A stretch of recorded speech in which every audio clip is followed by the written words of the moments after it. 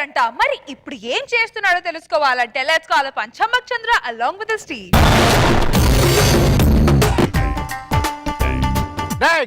Sir road పక్కనే చెప్పులు shop పెట్టావు, పర్మిషన్ ఉందా? సార్ ఏదో 2-3 రూపాయల కోసం బతుకుతాను, దానికి పర్మిషన్ ఎందుకు సార్? అవునా? ఏదో 2-3 నెలలు చెర్రపల్లి జైల్లో పెడతాం, అప్పుడే కుమ్ముతారా? అయ్యో ఇంతంత దానికి అంత పెద్ద పెద్ద మాటలు చేయలికి ఎందుకు సార్? కదా 500. 500 అంటే లంచమా సార్? కాదరా, పింఛను. ఒక్కలో నువ్వు ఇచ్చిన 500కి దానికి లంచం అని పెద్ద పేరు ఒకటి. నెక్స్ట్ మంత్ వస్తా, పేమెంట్ పెంచు. రోడ్డు పక్కన చెప్పులు కుట్టుకున్నట్టు దగ్గర 500 లంచం. అరే పొద్దంతా కష్టపడితే 200 రావురా. మిమ్మల్ని భర్తం పట్టడానికి, మీ అరాచకాలను నాశనం చేయడానికి, మిమ్మల్ని గుండు గీయించడానికి మా టీం లీడర్ ఏదో ఒక గెటప్ లో వస్తారా, వస్తాడు.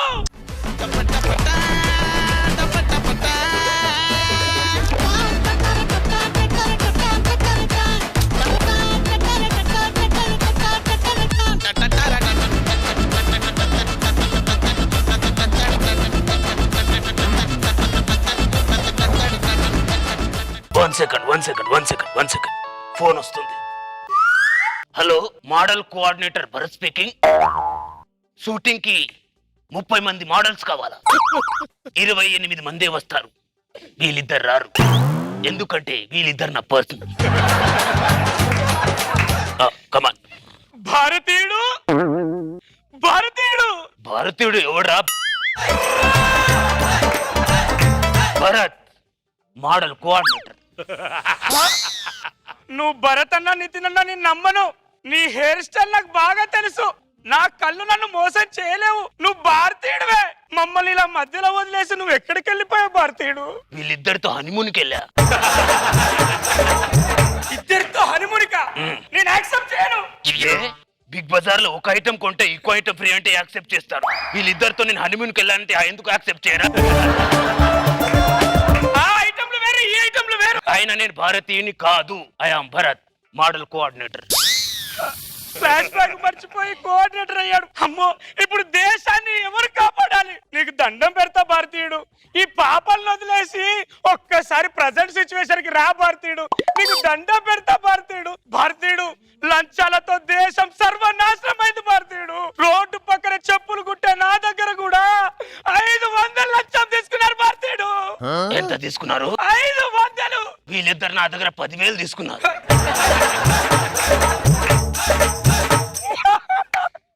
ఈ మాట అన్నది నువ్వేనా భారతీయుడు? లంచం పేరు చెప్తే నీ పంచతో ఊరేసేవాడివి. ఈ రోజున లంచం అనే కాన్సెప్ట్ పక్కన పెట్టి మంచానికి దగ్గర అయ్యావా భారతీయుడు? అమ్మో, ఇలా కావడానికి వీల్లేదు. నా భారతీయుడికి గతాన్ని గుర్తు చేయాలి.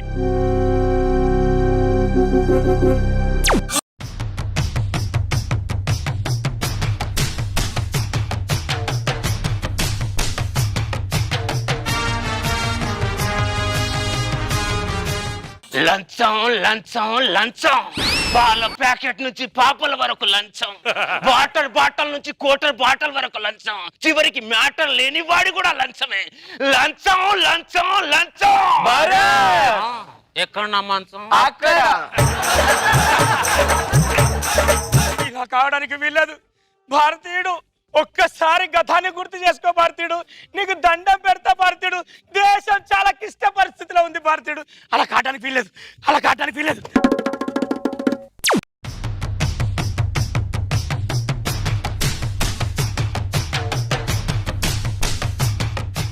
లంచం లంచం లంచం. దేశం మొత్తం క్యాన్సర్ వచ్చినట్టు అయిపోయింది లంచంతో. పిల్లానికి ముద్దు పెట్టాలంటే మల్లెపూల లంచం. పండుగ రోజు పిల్లానికి చీరల లంచం. పెళ్లిలో అత్తమామలు అల్లుళ్ళకి ఇచ్చేది డూప్లికేట్ మంచం. అత్తమామలు ఇంటికి వెళ్తే అందరికి ఒకటే కంచం. లంచం లంచం కంచం మంచం. ఎక్కడ నా మంచం? అక్కడ. నా భారతీయుని నేను గతం నుంచి లంచం అనే కాన్సెప్ట్ లో పట్టుకొస్తుంటే ఎవరా మీరు? ఇలా ఇలా మీరు చేస్తున్నారు, ఎవరా మీరు? ఇందా నుంచి గింజుకుంటున్నావు, ఎవడరా నువ్వు? దేశం కోసం ఛాతీ చూపెట్టి చాకు పట్టుకొని తిరిగే నా భారతీయుడు ఈ రోజు చెంచా పట్టుకొని చెంచా గాడిలా చెమ్మ చెక్కలాడేటట్టు చేసింది ఎవడే? ఎవడు? మేనేజర్ ఏడుకొండలు. మేనేజర్ ఏడుకొండలా? ఈ మర్మకలకి ఆ మర్మకలకి ఏంటి సంబంధం? భారతీయుడు మంచం 3లో నుంచి లంచం 3కి వెళ్ళాడు అనుకో, ముందుగా పోయేది ఎవరో తెలుసా? ఎవరు? మేనేజర్ ఏడుకొండలు. ఎందుకలా? ఎందుకంటే భారతదేశంలో అందరికన్నా ఎక్కువ లంచం తీసుకునే వారిలో ముందు పేరు మేనేజర్ ఏడుకొండలదే ఉంది. ఆ విషయం తెలుసుకున్న ఏడుకొండలు భారతీయుడిని లంచం 3 నుంచి మంచం 3కి తీసుకెళ్ళడానికే మమ్మల్ని సెట్ చేశాడు. ఒరే ఏడుకొండలు, తప్పు మీద తప్పు చేస్తున్నావురా. తప్పక చేస్తున్నాడు. ఏంటా తప్పక చేసేది? నా భారతీయునికి ఎలాగైనా గతాన్ని గుర్తు చేస్తా. నేను మీ ఏడుకొండలు పని పట్టిస్తా. ఇలాంటి నీచపైన వాళ్ళని లేకుండా చేస్తా.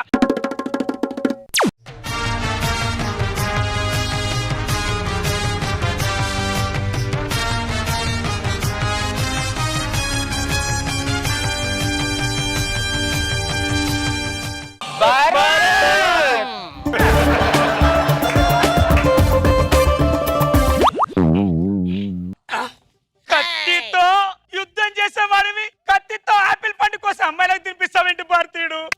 ఇలాగ గుర్తియాలి. లంచం, ఇగో నీకు లంచం, లంచం 1000 రూపాయలు లంచం ఇచ్చాను భారతీయుడు, నీకు లంచం ఇచ్చాను.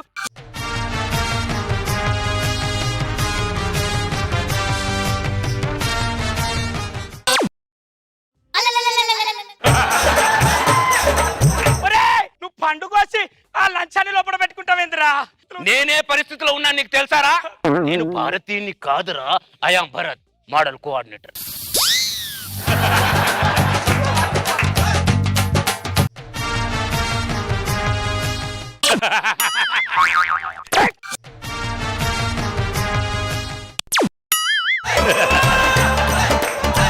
నీ అమ్మ కడుపు మాడ.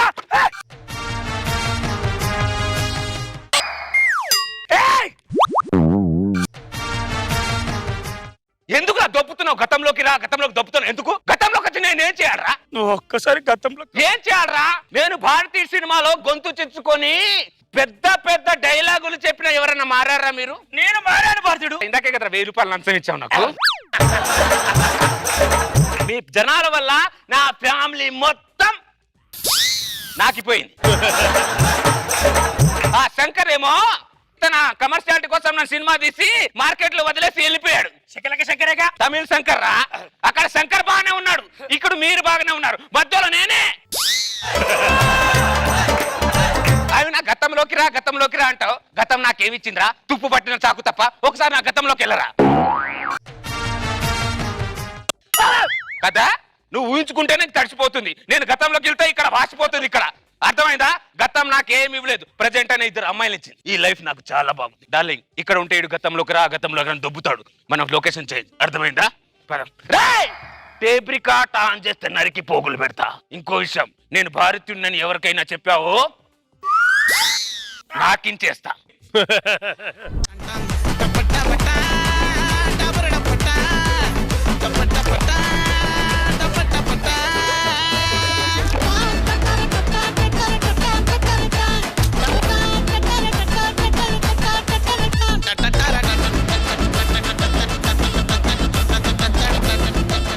Let's start with Nag Babu sir. ఏం గది పట్టించావు చంద్ర భారతీయ క్యారెక్టర్కి? అది ఒక సూపర్ మ్యాన్ క్యారెక్టర్ లాంటి క్యారెక్టర్ అది. అవును సార్. రాకరికి మోడల్ కోఆర్డినేటర్ చేసి బ్యూటిఫుల్ సార్ భలే చేసా నువ్వు. వాడు రచ్చది లంచం కాస్త మంచంగా మారి మంచానికి